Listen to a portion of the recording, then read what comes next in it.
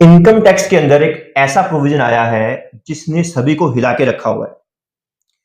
ये प्रोविजन सभी पर एप्लीकेबल है और सभी के चिंता का विषय बना हुआ है कि हमें जो पेमेंट्स करनी है वो 15 दिन के अंदर करनी है, 45 दिन में करनी है, किस पे लागू है, किस पे लागू नहीं है। और वैसे भी जब कोई चीज एट लार्ज जब एक मशहूर होती है समझ लो, या एट लार्ज एप्लीकेबल होती है, तो उसकी कुछ अफवाहें भी आनी शुरू हो जाती है।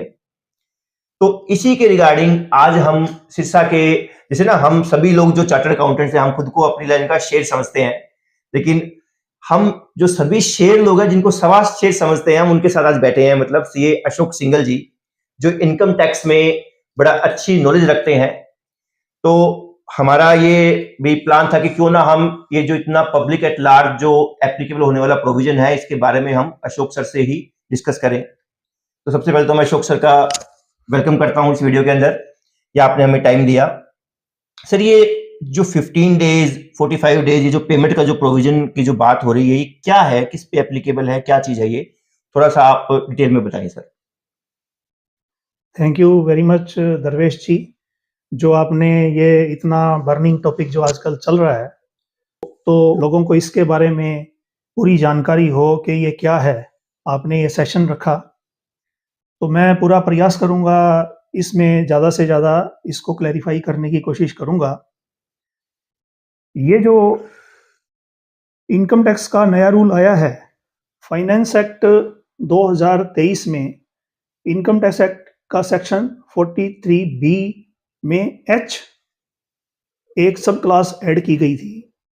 इसके अंतर्गत क्या है कि अगर हाँ जी, आप चाहे बिजनेस कर रहे हैं, चाहे आप प्रोफेशन कर रहे हैं, अगर आप किसी सामने वाले व्यक्ति से कोई माल या सर्विस परचेज करते हैं, ठीक है जी, और सामने वाली पार्टी माइक्रो या स्मॉल एंटरप्राइजेस के तौर पे रजिस्टर्ड है, ठीक है जी, तो उसको आपको एक नियत अवधि के अंदर अंदर ही पेमेंट करनी होती है। ठीक है जी, अगर आप उस नियत अवधि के अंदर अंदर पेमेंट नहीं करते हैं, ठीक है जी, और 31 मार्च यानी कि आपका जो क्लोजिंग है, आपका जिस दिन बैलेंस शीट बनती है, हाँ जी, हाँ जी, उस दिन भी वो पेमेंट आउटस्टैंडिंग है ठीक है और जी, ओवरड्यू पेमेंट है, ठीक है जी, तो उसका आपको इनकम टैक्स में क्लेम नहीं मिलेगा।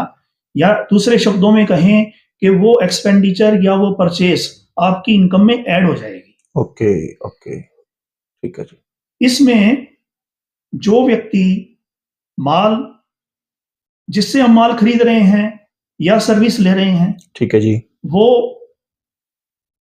माइक्रो या स्मॉल एंटरप्राइजेस होना जरूरी है, जरूरी है, ठीक है, हाँ। और माइक्रो और स्मॉल एंटरप्राइजेस के तौर पे उसका रजिस्टर होना जरूरी है, उद्यम रजिस्ट्रेशन उद्यम रजिस्ट्रेशन उसके उद्यम पास रजिस्ट्रेशन होना चाहिए, ठीक है जी, ठीक है, ओके ओके, इसमें जो समयावधि है, हाँ जी, जैसे 15 दिन या 45 दिन की जो बात चल रही है, हाँ जी, हाँ जी, अगर मान लीजिए कि हमारा कोई वास्तव में कोई रिटर्न एग्रीमेंट है ही नहीं ठीक है, कि हम कितने टाइम में पेमेंट करेंगे, ठीक, नॉर्मल जैसे सेल परचेज चल रही है, नॉर्मल जी, उधार, हाँ ठीक है, तो उस दशा में 15 दिन एप्लीकेबल होंगे, ओके, यानी कि हमें 15 दिन के अंदर अंदर उसको पेमेंट करनी होती है। ठीक है, और अगर हमारा कोई एग्रीमेंट है, ठीक तो है जी, मैक्सिमम 45 दिन के अंदर अंदर पेमेंट करनी है, ओके, ये नियम है। ठीक है। अब से इसको हम एक ना एग्जांपल से अगर मैं आपसे क्लैरिफाई कराना चाहूं कि मेरी बैलेंस शीट के अंदर 31 मार्च को 1.5 करोड़ रुपए क्रेडिटर्स हैं, और उसमें से 1 करोड़ रुपए के जो क्रेडिटर वो एमएसएमई में रजिस्टर्ड है, उद्यम वाले हैं, तो क्या वो 1 करोड़ रुपया सारा मेरी इनकम में ऐड हो जाएगा सर? जी बिल्कुल, ओके, इसमें जितना आपका ओवरड्यू पेमेंट है हाँ जी, एमएसएमई की, ठीक है जी, यानी कि माइक्रो और स्मॉल एंटरप्राइजेस हाँ जी, की हाँ जो जी, ओवरड्यू पेमेंट है 15 दिन या 45 दिन से जिनको ज्यादा हो गए हैं, ठीक है जी, वो सारा अमाउंट आपकी टैक्सेबल इनकम में ऐड हो जाएगा। ओके, और अगले वर्ष हाँ जी, जब आप एक्चुअल में उसकी पेमेंट करेंगे, ठीक है जी, तो अगले वर्ष की इनकम से फिर ठीक है, अगले साल की जब आप रिटर्न फाइल करेंगे, उसमें ये लेस हो जाएगा। मतलब इस साल तो फिर मतलब मेरा मोटर टैक्स 100% क्लियर है कि मुझे देना ही पड़ेगा उसके ऊपर। हाँ, यानी कि आपने अपनी इस साल नहीं प्लानिंग बच के सकता हिसाब मैं। से आपका जो एक्चुअल प्रॉफिट आपका आया है, हाँ जी, वो फिगर आपकी डिस्टर्ब हो डिस्टर्ब जाएगी, हो और जाएगी, वो ये काफी ज्यादा इफेक्ट डाल सकता बहुत है। ज्यादा, बहुत बड़ा इफेक्ट जी डालेगी सर ये, हाँ ठीक है सर, ठीक है। बिल्कुल। अब इसमें फिर ये भी पॉइंट है सर कि लेट सपोज कि मैंने 15 दिन में पेमेंट नहीं की, आज 1 जनवरी है और मैंने उसको पेमेंट कर रहा हूँ 1 महीने बाद, तो क्या ये रूल फिर मेरे पे लागू होगा और वो सारी इनकम इसका मतलब मैं बंद गया कहीं ना कहीं भी, मुझे 15 दिन में ही पेमेंट करनी है, किसी कारण से अगर 20 दिन हो गई तो? सर्वेश जी, ऐसा है कि ये रूल आपको केवल 31 मार्च को ही चेक करना है। ओके। यानी कि आपका साल खत्म होने पर आपकी जो बैलेंस शीट बन रही है, हाँ जी, हाँ उस जी। दिन जिनका बाकी है उन्हीं के ऊपर लागू होगा। अगर साल के दौरान बीच में अगर लेट हो जाती है पेमेंट, हाँ जी। लेकिन आप 31 मार्च से पहले पहले उसको पेमेंट कर देते हैं, तो ठीक ये है। रूल लागू नहीं होगा। Okay, okay, okay.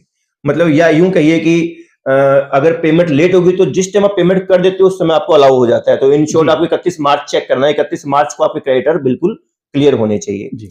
और अगर मैंने, अब इसी से क्वेश्चन निकलता है कि अगर मैंने 21 मार्च को परचेज करी है, अब 31 तक तो उसके 10 दिन ही पूरे हुए, जी।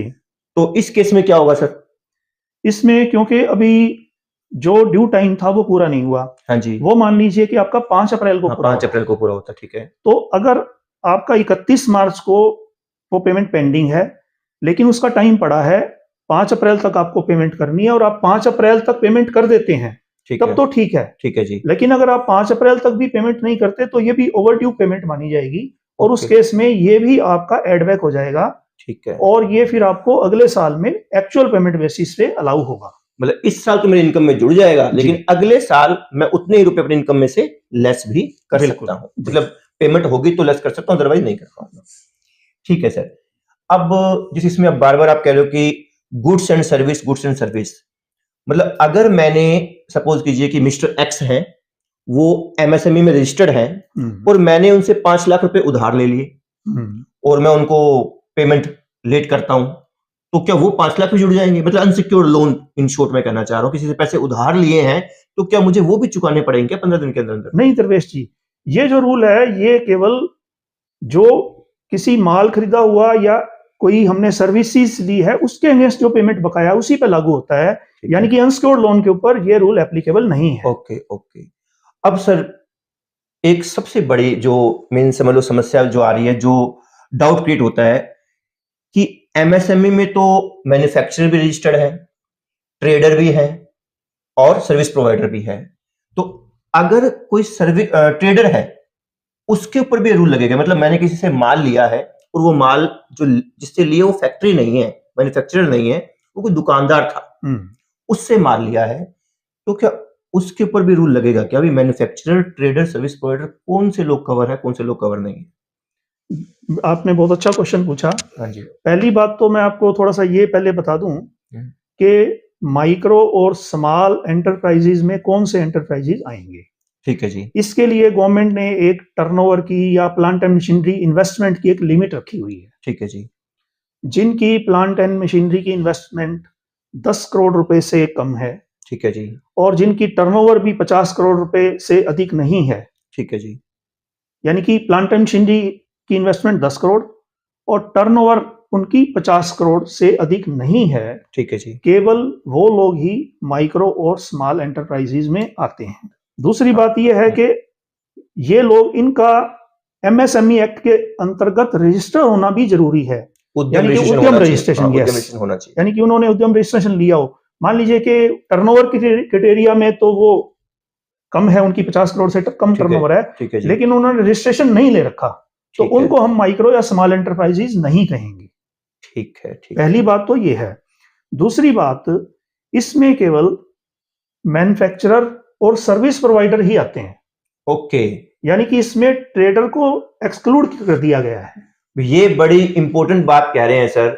अब ये जो आप एक्सक्लूजन कह रहे हो सर, ये सबसे बड़ी समस्या है कि अब आज के दिन मार्केट में क्या चल रहा है कि सभी लोग कवर्ड हैं, सभी लोग कवर्ड हैं। मतलब अगर मैं किसी ट्रेडर से माल लेता हूं, किसी होलसेलर से या रिटेलर से, उनसे अगर माल लेता हूं, तो उनकी पेमेंट चाहे मैं जब मर्जी करूं इस रूल के तहत, बिल्कुल, मुझे कोई समस्या नहीं है।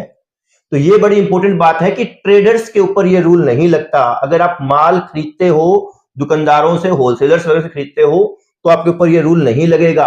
अगर आप फैक्ट्री से खरीदते हो तो वो एमएसएमई वाली फैक्ट्री होनी चाहिए, छोटा मैन्युफैक्चरर होना चाहिए। और कोई रिलायंस कंपनी से खरीदा, मान लो आपने रिलायंस जैसी कोई बड़ी कंपनी है जो एमएसएमई में नहीं आती, उन लोगों से माल लेते हो तो भी ये रूल नहीं लगेगा। इसमें मैं एक पॉइंट और आपको बता दूं कि जो ट्रेडर की बात आपने करी, हाँ जी, हाँ जी। हालांकि ट्रेडर माइक्रो या स्मॉल एंटरप्राइजेस के तौर पे रजिस्टर हो सकता है, उद्यम हाँ, रजिस्ट्रेशन बिल्कुल, उसका हाँ, हो बिल्कुल, हाँ, सकता होता है, है, बिल्कुल होता है उनका सर। होता है कई बार, हम्म, लेकिन गवर्नमेंट ने उनको केवल बैंक से जैसे वो लोन ले रहे हैं, हाँ जी, तो private priority primary sector sector जो लैंडिंग लैंडिंग, है लैंडिंग, हाँ जी, हाँ जी। उसका बेनिफिट देने के लिए केवल उनको रजिस्ट्रेशन दिया है। इसका सर कोई आप कोई कोट कर सकते हो भी ट्रेडर को बाहर हम जैसे कर रहे हैं, कोई लीगल प्रोविजन कोई आपके पास हो ऐसा जो ये जस्टिफाई करते हो हाँ ट्रेडर इस रूल के कारण बाहर है भाई? इसका गवर्नमेंट ने एक ऑफिस मेमोरेंडो ठीक है, 1/9/2021 को एक निकाला था, ठीक है जी। ये आई जिसके थिंक आपके पास तहत इसी कॉपी पड़ी है ना? जी, ओके, जिसके तहत ठीक है, इसमें बड़ा क्लियर कट लिखा हुआ है ठीक है जी। कि जो ट्रेडर्स हैं उनको डिलेड पेमेंट का बेनिफिट नहीं मिलेगा। इसीलिए मैं ये कह रहा हूं कि इसमें ये जो इनकम टैक्स का रूल है ये केवल मैन्युफैक्चरर और सर्विस प्रोवाइडर्स के लिए ही है। Okay, okay. ये एक ना ऑफिस मेमोरेंडम है एमएसएमई डिपार्टमेंट का, ये आपको स्क्रीन पे डिटेल में दिख जाएगा। मतलब इसमें ये क्लियरली मेंशन्ड है कि ट्रेडर्स के ऊपर ये प्रोविजन नहीं लगता।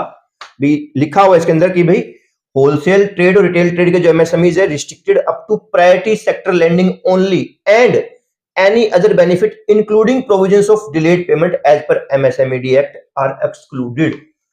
तो ये एक तरह से लीगल बैक है हमारी बात की, जो आप बिल्कुल। बात कह रहे हैं जी। उसका ये एक लीगली बैक करता है ये डॉक्यूमेंट।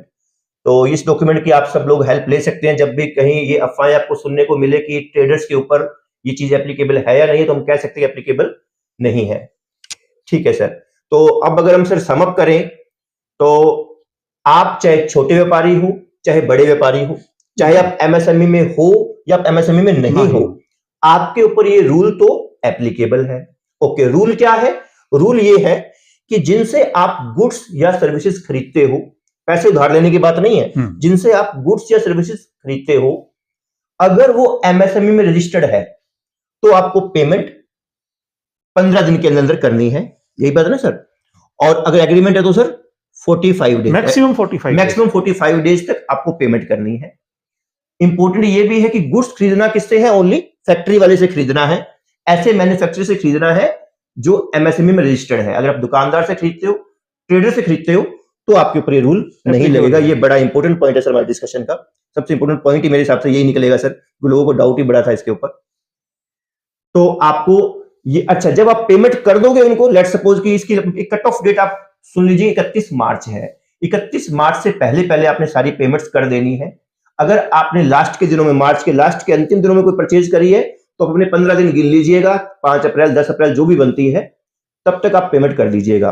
अगर नहीं करोगे तो जितने रुपए का आपका माल उधार खरीदा हुआ है जिसकी पेमेंट आपने नहीं करी है वो आपकी इनकम में एड बैक हो जाएगा। और ध्यान रखिएगा ये अमाउंट बहुत बड़ी होने वाली है। अगर आपने इसकी इग्नोरेंस की, अगर आपने इस पर ध्यान नहीं दिया तो आपकी इनकम में बहुत बड़ी अमाउंट ऐड होके आ जाएगी और उसका टैक्स भी 30% के हिसाब से बहुत ज्यादा पड़ जाएगा, क्योंकि हाई अमाउंट है तो स्लैब तो नो डाउट ऊपर वाली जाने वाली है। तो सर बहुत बहुत धन्यवाद, आपने ये बड़ा इंपॉर्टेंट प्रोविजन था जो हम सब के लिए ही क्या एक तरह से ना डिस्कशन का पॉइंट था, क्लियर हो नहीं रहा था। व्हाट्सएप यूनिवर्सिटी से बहुत सारी अफवाहें हमारे सामने आ जाती है, तो ये जो अभी आपने स्पेशली ये जो प्रोविजन का जो लीगली बैक करके डॉक्यूमेंट दिया है, ऑफिस मेमोरेंडम दिया है, ये बहुत ज्यादा हेल्प करेगा भी जो ये जस्टिफाई करता है कि ट्रेडर्स इसके अंदर शामिल नहीं है। तो थैंक्स अ लॉट सर, बहुत बहुत धन्यवाद आपका। Thank you very much. Thank you very much.